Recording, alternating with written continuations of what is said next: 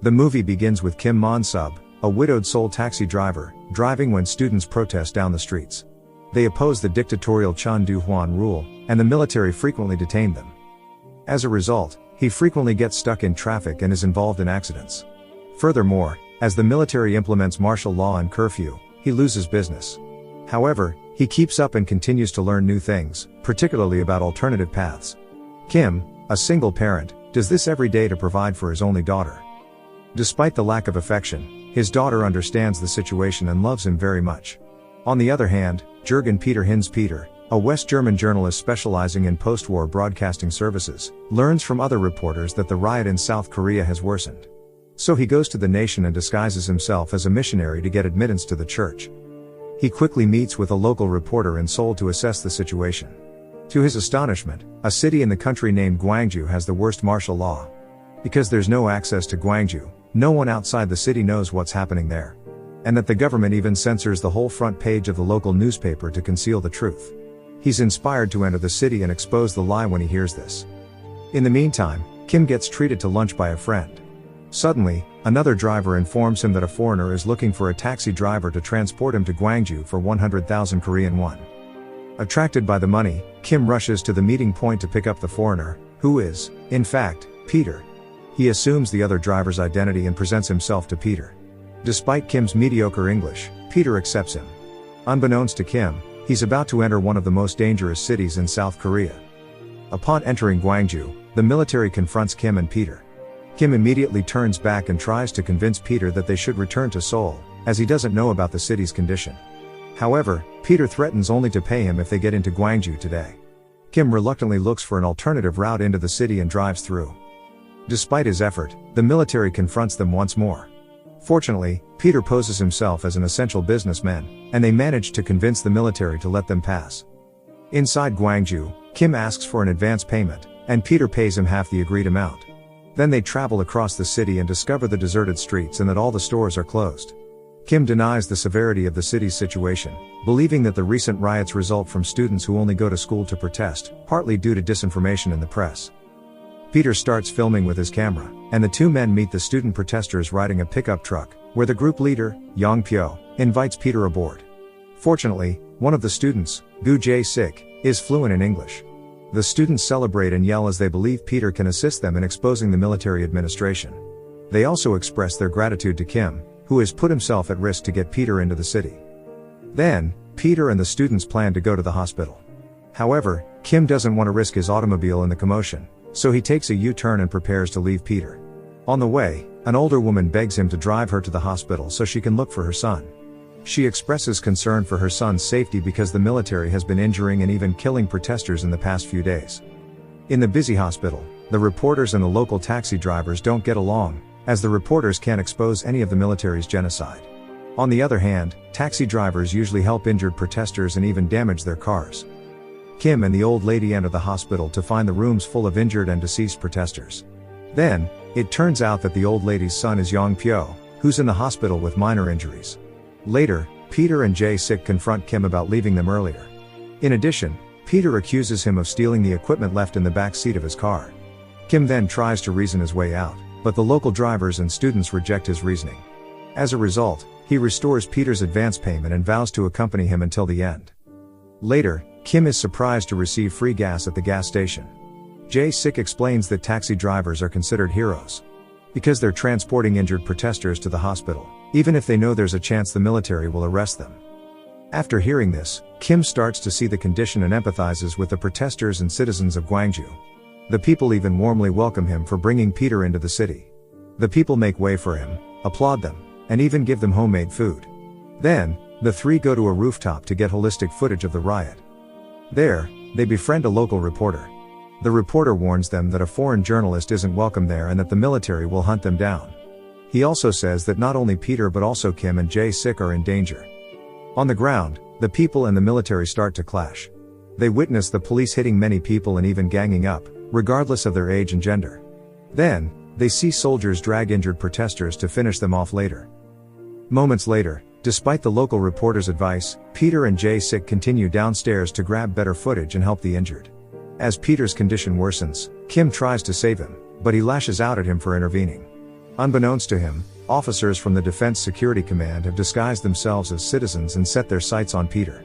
Fortunately, they can flee safely. At night, Kim and Peter plan to get back to Seoul. Before separating, Peter assures Jae-sik that the world will see the crimes done in Gwangju. However, Kim's taxi breaks down, and Hwang Tae-sul, one of the local taxi drivers, meets them. Later, Hwang tows the cab to his shop for overnight repair. Kim then expresses his concern for his daughter's safety and gets anxious about it. Unfortunately, he can't call his daughter as the connection lines in the city have been cut off by the military. Due to the language barrier, Peter thinks Kim is anxious about the repair cost, so he insensitively pulls out his wallet. On the other hand, Kim blames the situation on Peter, and they get into a fight. After some time, Kim eventually gives in and accepts fate. Meanwhile, the military has identified Peter and plans to capture him and Kim. Back to the three men, they spend the night with Hwang and his family, where they're welcomed by warm supper and share laughter. On the other side, the local reporters are secretly printing exposing news to support the riot. Suddenly, the rest of the workers and the management break in to stop them, knowing that such an act would jeopardize the company and themselves. They reveal that the military control not just the newspapers but also the television news. This time, the channel reports about the riot wherein they underestimate the number of student victims and exaggerate the military's fallen officers. In addition, they also claim that the students have invited gangsters from Seoul to spread false rumors regarding the government. During dinner, they hear an explosion and head there to discover that the false news results in the rioters wreaking havoc on the TV station. Suddenly, when Peter starts to film the turmoil, the military recognizes him and chases them. They hastily run to an abandoned building. Unfortunately, one of Peter's film rolls falls off, and Jae-sik volunteers to grab it. Downstairs, the military has waited for him, and they capture him. They then take Jae-sik hostage and ask Peter to hand over the camera and the rolls. Kim wants to save Jae-sik, but Jae-sik sacrifices himself instead. He shouts in English, saying Peter should save the footage and himself from unveiling the truth to the world. So, Peter and Kim abandoned Jae-sik and fled with heavy hearts. In a dark alley, Kim witnesses the soldiers torturing the injured rioters. Then, one of the pursuers corners Kim and confronts him, accusing him of being a communist. They immediately get into a fight, but Kim is defeated quickly. Fortunately, Peter comes to his aid, and they run back to Hwang's house. The next day, Kim leaves early to go back to his daughter. But to his surprise, Hwang sees him off with an open heart. He gives him a secret route and a new car plate to avoid the military as they're now searching for a Seoul taxi. In addition, Peter has also left the entire payment for him. He apologizes for leaving the Gwangju people to their fight alone and leaves. Then, he stops at the nearby town of Suncheon to repair his car and immediately calls her daughter to apologize. Fortunately, his daughter is safe with his landlord's family. Then, he goes to a market to buy some souvenirs for her. Upon eating breakfast, he hears and reads false rumors regarding the Gwangju riots, just as the military wanted. In addition, he's also reminded of the Gwangju locals' kindness and can't shake off his empathy towards them. He follows his heart and calls his daughter once more to apologize, as he'll endanger himself again by returning to Gwangju. He then rushes to Hwang's home to find that he's in the hospital. As he walks through the hospital's corridor, he realizes that the condition has gravely worsened. Furthermore, Jae-sik is found dead in a rice field after being dragged off by the military. He then finds Peter in shock and Hwang crying. He encourages Peter to rise and tell the world about the abomination. He convinces Peter to pick up his camera to film all of it.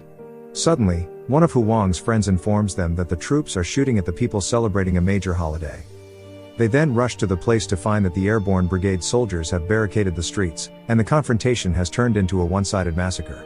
The soldiers even mercilessly shoot at the people trying to save the injured. They also see some students waving a white flag. Still, they're shot to death, followed by another shootout at the injured to annihilate the rioters. So, Hwang, Kim, and the local taxi drivers decide to drive their taxis to save the injured. Some drivers even deliberately go toward the soldiers to hinder their sight. At the same time, others crawl to rescue the wounded while the soldiers are shooting at them. A student drives a truck to make a barricade when the military corner them. Seeing the chance, the people swarm the street to save the injured. After the attempt, they manage to save some of the injured. Still, the soldiers march through and shoot at the people, resulting in more casualties. Peter can't bear the scene but has to film it all to uncover the horror. On the other hand, Kim and the others are safe. After being reminded of their duty, Kim and Peter rush to leave the city. Once more, Kim hesitates to go to the people, but he strengthens his heart this time. Exiting the town, they notice that the military barricaded all the secret accesses. Peter then hides his camera, and they disguise themselves again. Kim states that he's taking a foreign business person away from the turmoil, but the soldier doesn't believe them. A young soldier, Sergeant First Class Park, checks his car and finds Kim's old car plate, but he stays silent and lets them pass through, as he's also conflicted by the massacre. Unfortunately, the soldiers receive orders through the radio not to allow foreigners to pass. So Kim breaks through the barricade by force, and the soldiers open fire, but Sergeant Park sits by and watches without firing. In addition, 4 cars full of personnel chase after them and shoot them. Huang and the taxi drivers come to their rescue when all hope seems lost. They hinder the military and put a distance between Kim and them. Despite being shot at, they prioritize Kim and Peter's safety. One by one, the taxi drivers get into accidents and are annihilated. After some time, Huang lets the 2 go and drives backward to ram himself into the pursuing cars. Later, Kim and Peter manage to get out at the sacrifice of the innocent lives of Gwangju. In the airport, Peter outsmarts the security by booking 2 flights under his name to divert their attention. He hides his film rolls in metal containers. Lastly, he asks for Kim's full name and phone number to repay him once he fully publishes his recordings. However, Kim doesn't want it but eventually writes his name and phone number in Peter's notebook. They then hug their unexplainable bond and say their final goodbye. Moments later, Kim comes home to his daughter, who has been waiting for him.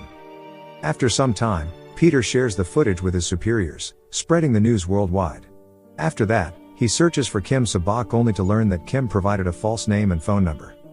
23 years later, Peter received a Human Rights Award in South Korea for his publication on the Gwangju uprising. In his speech, he expresses his gratitude to Kim Sabak and hopes to see him again someday. Then, Kim, still a taxi driver, reads a newspaper article about Peter's speech and achievements, including his gratitude towards him. However, Kim murmurs that he's more grateful to Peter and that he misses him too. Later, Peter tries to search for Kim, but he dies in 2016 before they can meet again. The movie ends with the footage of the honest Peter, who thanks Kim Sabak. Thank you for watching. Subscribe for more videos like this to help the channel out. Have a nice day.